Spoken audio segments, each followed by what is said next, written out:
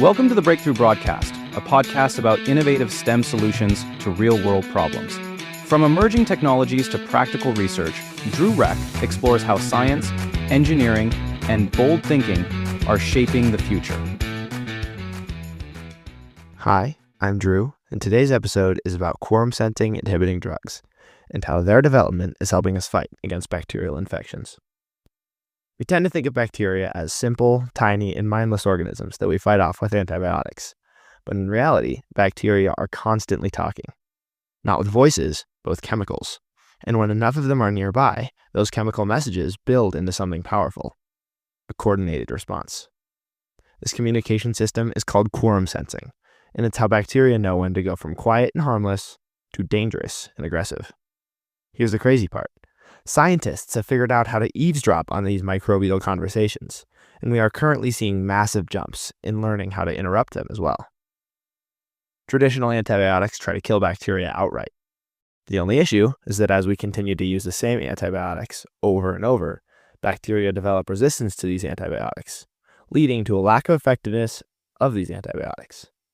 The idea of these new quorum sensing inhibitors is that instead of killing bacteria, we will just block their communication, so they can't coordinate, and our immune systems will be easily able to stop infections before they become problematic. To understand how that works, we have to start with how quorum sensing works. Let's back up. Picture a single bacterium floating around. On its own, it's not particularly dangerous. Can't do much except divide and float some more. But bacteria rarely act alone.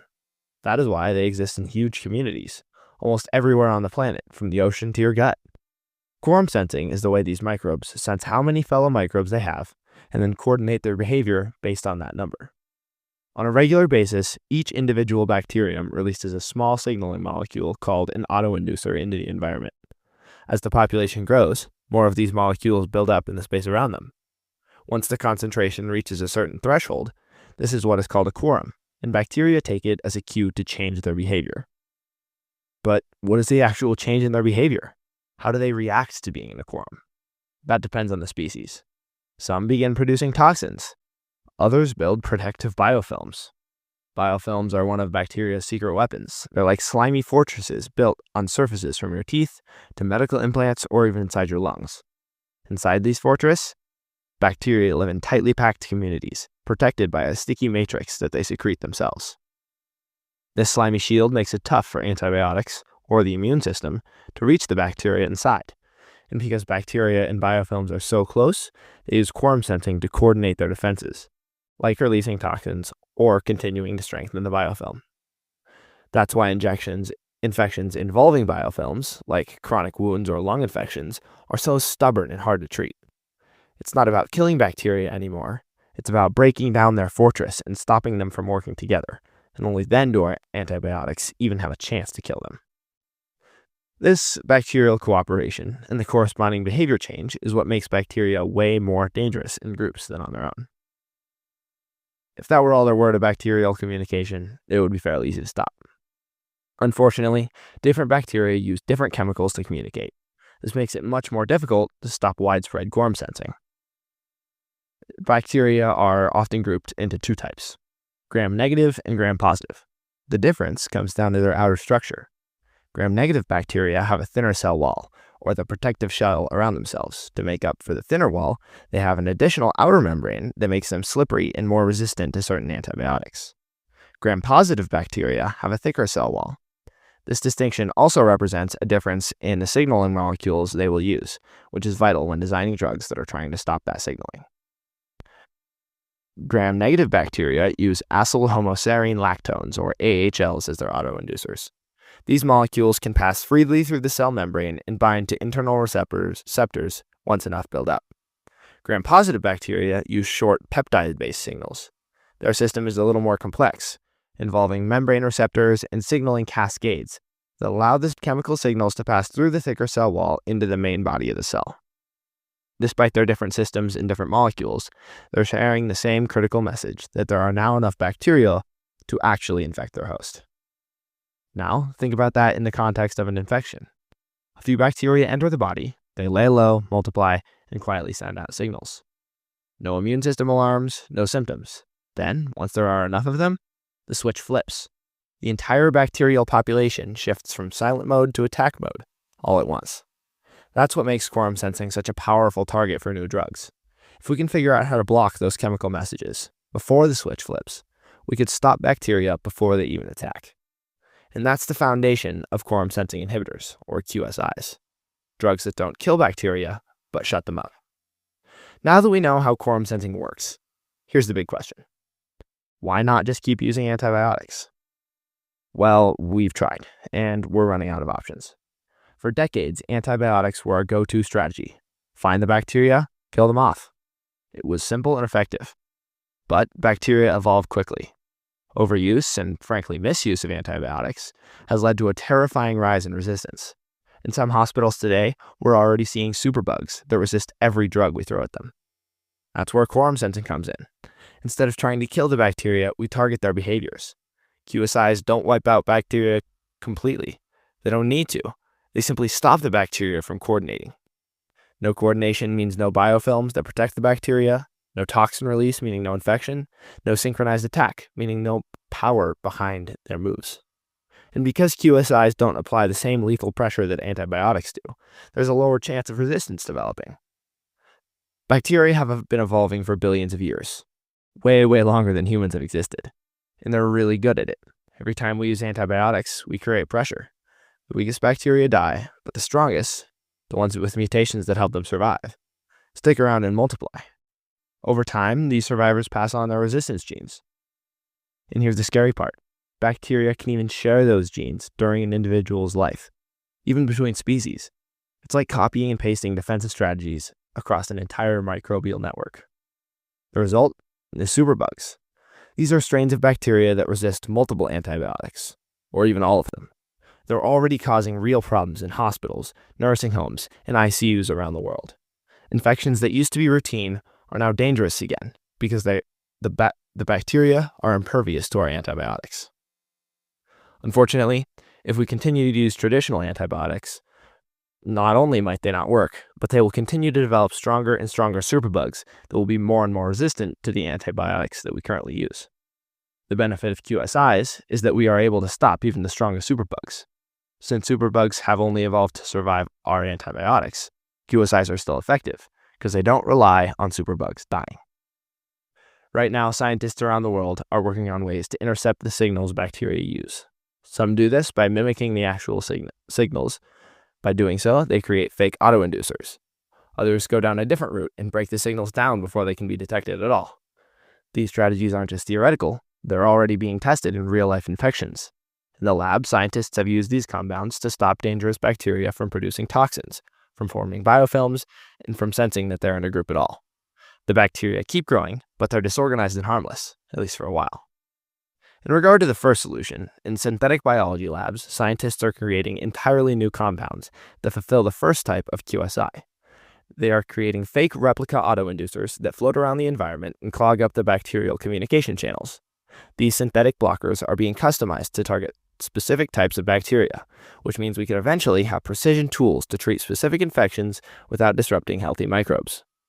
There's also the completely different approach that doesn't involve jamming signals, but destroying them. This is primarily effective for the previously mentioned gram-negative bacteria. They send out their autoinducer, acyl homoserine lactones, AHLs, and these AHLs have two main parts: a head, called the lactone ring, and a tail, called the acyl sign chain. Both of these parts are vulnerable to attack. We have two ways to destroy these AHLs, one for each of their main components. Firstly, we can send lactanases, which, described simply, break apart the lactone ring around the AHL. Secondly, we can use acylases. Acylases can essentially cut off the acyl side chain. Both of these methods will make it so that the autoinducer receptors cannot accept these AHLs, meaning the bacteria will not get the message that it's being sent. What's especially interesting about this method is that it is highly inspired by nature. Some plants and marine organisms have evolved ways to block bacterial communication as a form of defense, using lactanases and acylases to destroy autoinducers in themselves. Researchers are taking a closer look at these natural compounds and modifying them to make them stronger, more stable, and more fit for human use. For instance, certain molecules found in garlic and seaweed have been shown to block bacterial signaling in infections that are notoriously hard to treat. What's especially promising is how these approaches can work with existing treatments. When you disrupt a bacterium's ability to organize, you can also make it easier to kill. That means even low doses of traditional antibiotics can become effective again. In a few studies, combining quorum-sensing blockers with antibiotics made the bacteria hundreds of times more sensitive to the drug than they were before. That could lead to fewer side effects, lower doses, and slower resistance buildup. A few of these compounds are already being tested in animal models in early-stage clinical trials. They're being applied to hard-to-treat wounds, lung infections, and even implantable devices, where bacteria often form biofilms that traditional antibiotics can't touch. But what makes this field so exciting isn't just what we've done so far. It's what's possible next. Scientists are working on smarter drug delivery systems that can release QSIs only when and where they're needed, like inside a lung infection or at the site of a surgical implant. There's also interest in engineering helper microbes that live in your body and release these blockers continuously, acting like tiny peacekeepers in your microbiome, which, with sufficient development, could make almost everyone permanently immune to bacterial infections. All of this is reshaping how we think about treating infections. Instead of trying to kill every last bacterium, what if we could just turn off the attack plan, disrupt their communication, disarm the threat, and let the body clean up the rest? So, how does this quorum sensing science play out in real-world infections? Take Pseudomonas aeruginosa, a bacterium that often causes serious lung infections in people with cystic fibrosis. Inside the lungs, these bacteria form thick, slimy layers of biofilm that protect them from antibiotics and the immune system. Through quorum sensing, they coordinate to release toxins and strengthen these defenses, making infections stubborn and dangerous. But when researchers introduced QSIs, everything changed. The bacteria lost their coordinated group mind. The biofilm started breaking down, toxin production dropped, and the bacteria became much easier for antibiotics and the immune system to clear. In animal studies, this meant fewer lung complications and better outcomes overall. Another critical example is Staphylococcus aureus, especially the methicillin-resistant strain known as MRSA. MRSA causes hard-to-heal wounds and serious bloodstream infections worldwide. Here too, quorum sensing plays a major role in biofilm formation and toxin release. By disrupting quorum sensing in MRSA, scientists have been able to reduce biofilm growth and lower toxin levels, which slows infection progression and helps wounds heal faster. Imagine future wound dressings infused with quorum sensing blockers, turning the tide against these stubborn infections. Quorum sensing influence doesn't stop at human health. In agriculture, certain bacterial pathogens use similar communication to infect crops, leading to significant losses in food production. Bacteria in soil and on plants use quorum sensing to coordinate behaviors that affect plant growth, disease, and even the cycling of nutrients in ecosystems. Some bacteria form beneficial relationships with plants, helping them absorb nutrients or protect them from harmful microbes. Others, however, are pathogens that rely on quorum sensing to launch infections that damage crops and reduce yields. Farmers have long struggled with bacterial diseases that destroy fruits, vegetables, and grains. Traditional pesticides and antibiotics can help, but they often come with serious downsides: environmental pollution, harm to beneficial organisms, and the development of resistant bacterial strains. That is where QSIs can make a real difference. By disrupting the chemical conversations that harmful bacteria use to coordinate attacks, QSIs can prevent infections without killing bacteria outright. This means less pressure for resistance to develop and fewer negative effects on beneficial microbes in the soil. Researchers are already testing natural QSIs derived from plants and marine organisms as eco-friendly alternatives to chemical pesticides. For example, extracts from seaweed or garlic have also shown promise in reducing bacterial infections in crops like tomatoes, potatoes, and rice. Soon, we could be spraying natural, biodegradable solutions on our crops that quickly block bacterial communication, stopping disease before it starts, without toxic chemicals or environmental degradation like many pesticides and herbicides. Beyond disease control, quorum sensing also influences important processes like nitrogen fixation, the way some bacteria help convert nitrogen from the air into forms that plants can use. Modulating quorum sensing in these beneficial bacteria could improve soil fertility and boost crop growth naturally. The potential extends even further. Scientists are exploring how QSIs might clean up environmental pollution by influencing microbial communities that break down toxins or recycle waste. While this research is still emerging, it offers a glimpse into a future where we harness microbial communication not just to fight infection, but to support sustainable agriculture and environmental health. So the next time you bite into a juicy tomato or enjoy a crisp apple, remember that tiny bacterial conversations and our ability to interrupt them might be part of what made that fruit so healthy and delicious. As promising as QSIs are, it's important to remember that this field is still young and that there are real challenges we are still facing. First, bacteria are incredibly clever. They don't just sit still and accept being silenced. Some studies suggest that bacteria might evolve ways to bypass our lactanases and acylases, or even use alternative communication pathways. That means resistance to QSIs could eventually develop, just like it did with antibiotics. Second, quorum sensing is not a one-size-fits-all process. Different bacteria use different signaling molecules and systems. That makes designing broad-spectrum QSIs tricky. What works for one species might not work for the other. Additionally, if we have specific QSIs for specific bacteria, we'll have to test for the type of bacterial infection before being able to prescribe a QSI. Plus, some beneficial bacteria in our bodies also use quorum sensing for helpful functions like digestion and immune support. There is a risk that interfering with these signals could upset the balance of our microbiome. Third, many QSIs discovered in the lab have yet to prove their safety and effectiveness in humans. Getting new drugs through clinical trials is a long and expensive process, and some QSIs might have side effects we haven't seen yet. Finally, a big challenge with quorum sensing inhibitors is getting them to the right place, right where bacteria are hiding and communicating. If bacteria have already formed biofilms that protect them, it can be hard for QSIs to get in because these places are tricky to reach. Additionally, the body's own barriers, like mucus or scar tissue, can block drugs from reaching infection sites and ultimately getting rid of potentially deadly infections. Scientists are experimenting with clever delivery systems. Nanoparticles that ferry QSIs directly into infections, gels that slowly release the drugs over time, or coatings on implants that block bacteria from gathering in the first place. Getting delivery right is key, because even the best QSI won't work if it can't get to the bacteria themselves. Despite these hurdles, the potential rewards are huge. If researchers can overcome these challenges, QSIs could become a vital tool against infections that no longer respond to antibiotics. It's a reminder that science is rarely a straight path. Progress comes with questions, setbacks, and surprises, but also with the chance to change everything.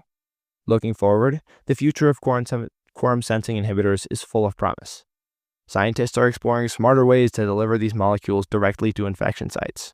Imagine tiny nanoparticles programmed to release quorum sensing blockers exactly where bacteria are gathering, minimizing side effects and maximizing impact. Plus, advances in synthetic biology mean we're developing entirely new molecules, more precise, more stable, and tailored to outsmart even the cleverest bacteria. And beyond human health, these strategies could transform agriculture by protecting crops from bacterial diseases without the environmental costs of traditional pesticides. But it's not just about technology.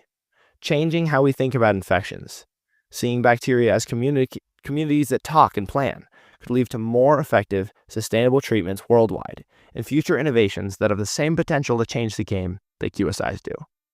Quorum sensing inhibitors may not replace antibiotics entirely, but they offer a powerful new tool in our arsenal, a way to outwit bacteria rather than simply trying to outgun them. As we continue to uncover the secrets of microbial communication, one thing is clear. Sometimes the best way to fight a problem is not with force, but with a patient, listening ear. Thanks for tuning in to the Breakthrough broadcast. If today's conversation sparked a new idea, share the episode and follow the show wherever you listen. Got a question, idea, or breakthrough of your own? Reach out at breakthroughbroadcastconnect@gmail.com. Until next time, keep questioning, keep building, and don't wait for the future. Help create it.